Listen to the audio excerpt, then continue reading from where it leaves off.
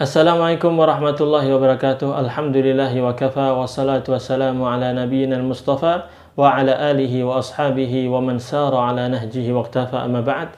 Ma'asyiral muslimin rahimani wa rahimakumullah. Ada beberapa sunnah-sunnah yang bisa kita jalankan selama kita berpuasa. Yang pertama adalah menyegerakan berbuka di saat matahari telah tenggelam.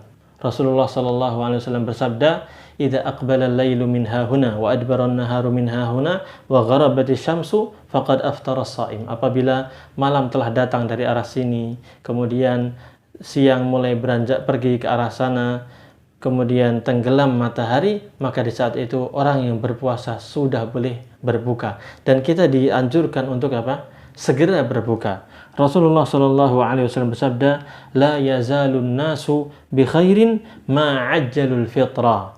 Manusia ini akan senantiasa dalam kebaikan selama mereka menyegerakan berbuka. Segera berbuka. Kapan segeranya?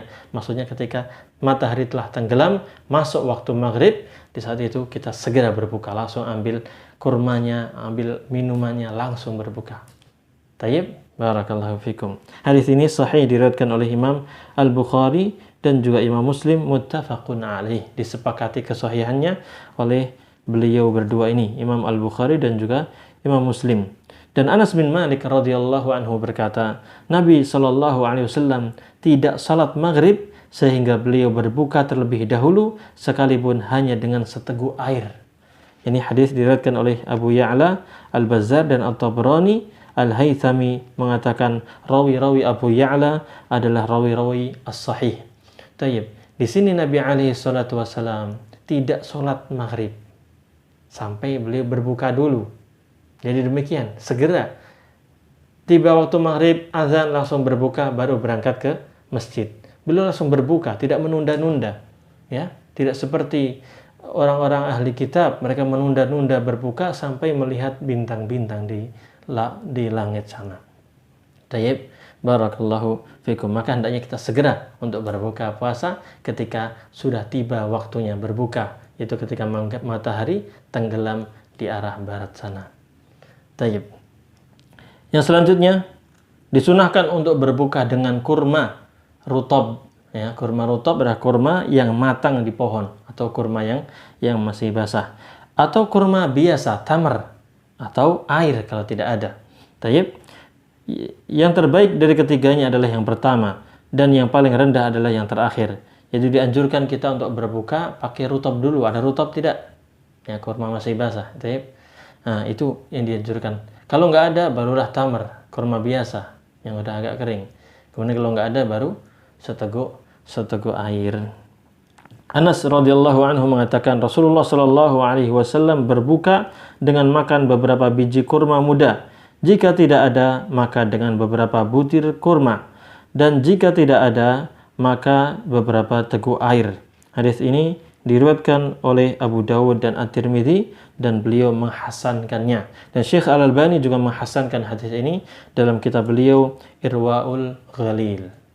Taib. Dan juga dianjurkan ma'asyiral muslimin rahimani wa rahimakumullah, ketika makan kurma misalnya kita dianjurkan untuk memakan jumlah ganjil, misalnya 3 atau 5 atau 7 dan seterusnya.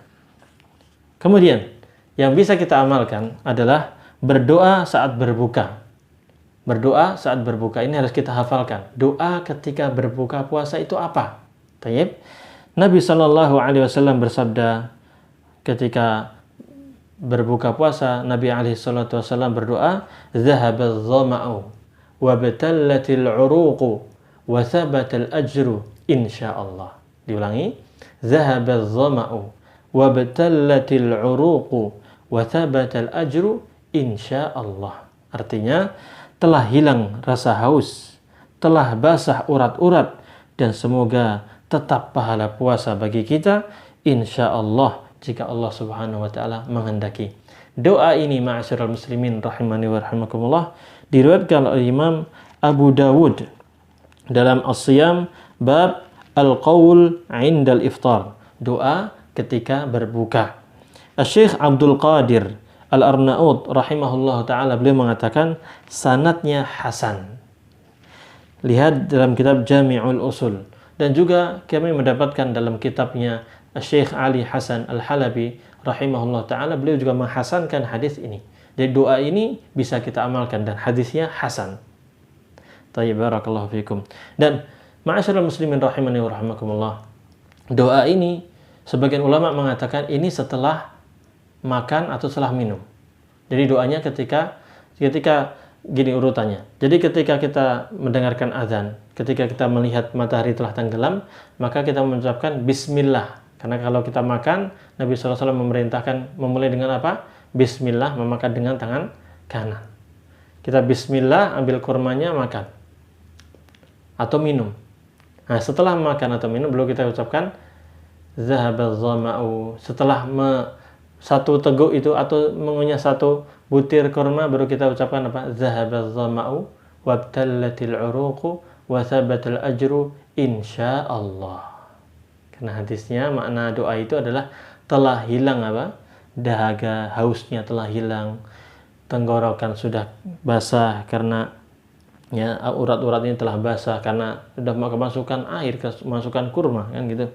Dan semoga tetap pahalanya, pahala puasa itu ditetapkan untuk kita, diterima oleh Allah Subhanahu wa taala insyaallah, jika Allah Subhanahu wa taala menghendaki.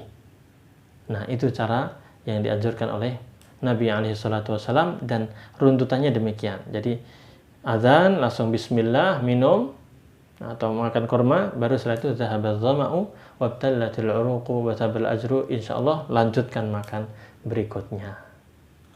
Taib. Selanjutnya dianjurkan bagi kita untuk sahur. Sahur adalah makan atau minum di waktu sahur. Sebagian menjelaskan waktu sahur itu di akhir malam dengan niat hendak berpuasa. Ya, ini bahkan dianjurkan untuk mengakhirkan sahur. Nanti akan kita bahas insyaallah. Jadi Nabi alaihi salatu wasallam mengajarkan kita untuk sahur, yaitu makan dan minum sebelum berpuasa, sebelum terbit fajar shadiq, sebelum subuh. Kita diperintahkan untuk melaksanakan sahur, yaitu makan atau minum untuk memperkuat tubuh kita di siang hari kita melaksanakan puasa. Bahkan Nabi alaihi salatu wasallam bersabda, "Inna fasla ma baina siyamina wa siyami ahlil kitab aklatus sahar." Sesungguhnya perbedaan antara puasa kita dengan puasa ahli kitab, orang-orang Yahudi ataupun Nasrani, adalah makan sahur. Jadi ketika kita makan sahur, maka kita mendapatkan pahala, kita kenyang, kita mendapatkan kekuatan, sekaligus kita menyelisihi kebiasaan orang-orang ahli kitab, orang-orang yang Yahudi dan Nasrani, yang Allah Subhanahu wa ta'ala sifati mereka dengan al-maghdubi alaihim waladhdallin, orang-orang yang dimurkai oleh Allah dan orang-orang yang sesat. Kita diperintahkan menyelisihi mereka. Ya. Taib, dengan apa? Di antara caranya adalah dengan cara sahur, makan sahur dan mengakhirkan sahur. Nabi SAW bahkan bersabda, "Tasahharu fa inna fis sahuri barakah." Makan sahurlah kalian, karena makan sahur itu terdapat keberkahan. Di sahur ini kita mendapatkan keberkahan. Allahu Akbar. Kita menjalankan perintah Rasul SAW dapat pahala. Ya. Kemudian kita kenyang. Kita kuat ketika puasa nanti insyaallah, dan kita mendapatkan keberkahan. Kita juga bisa menyelisihi, berbeda dari orang-orang Yahudi dan Nasrani. Ini hadisnya sahih, diriwayatkan oleh Imam Al-Bukhari dan juga Imam Muslim. Kemudian kita dianjurkan untuk mengakhirkan sahur. Diakhirkan sahurnya. Ya, jangan sahur tengah malam. Sahur jam 2, tengah malam. Ya, nanti lapar lagi, Pak. Ya, kita dianjurkan diakhirkan. Ya, taruhlah kalau azan itu jam berapa? 4:30. Ya kita sahurnya jam 4 atau 3:30. Ya agak diakhirkan. Taib. Misalnya demikian. Ya, waktu sahur memang diawali dari tengah malam dan selesai saat terbit fajar. Ini secara bahasa waktu sahar itu. As-sahar itu tengah malam sampai apa?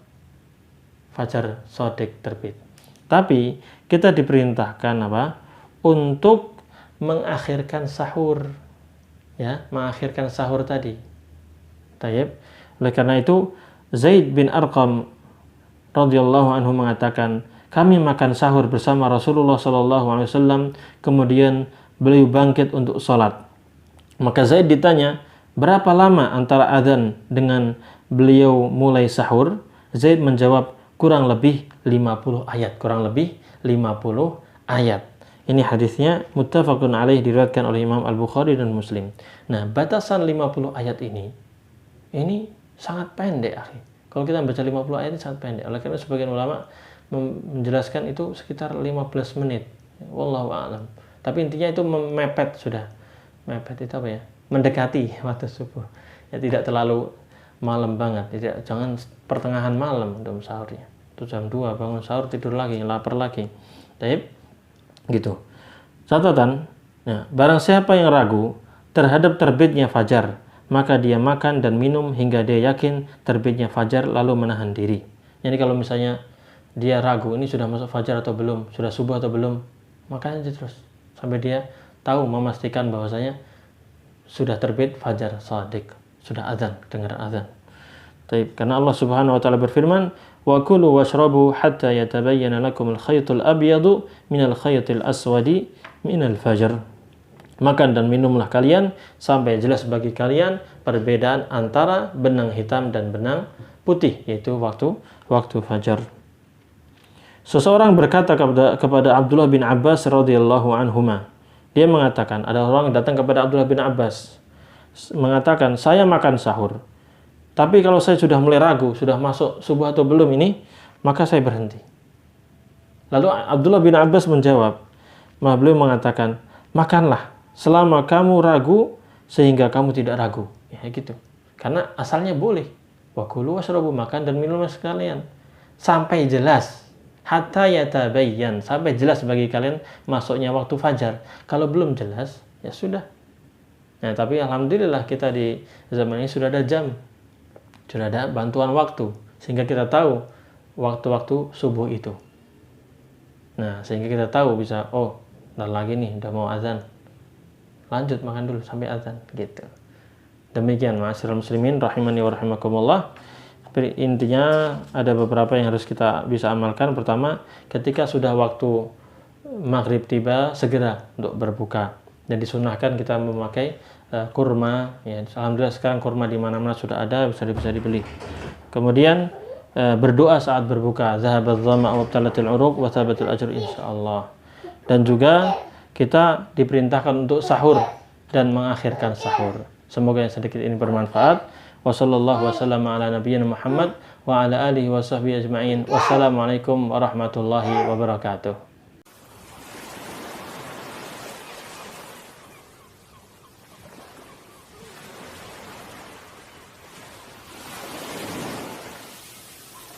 قل هذه سبيلي أدعو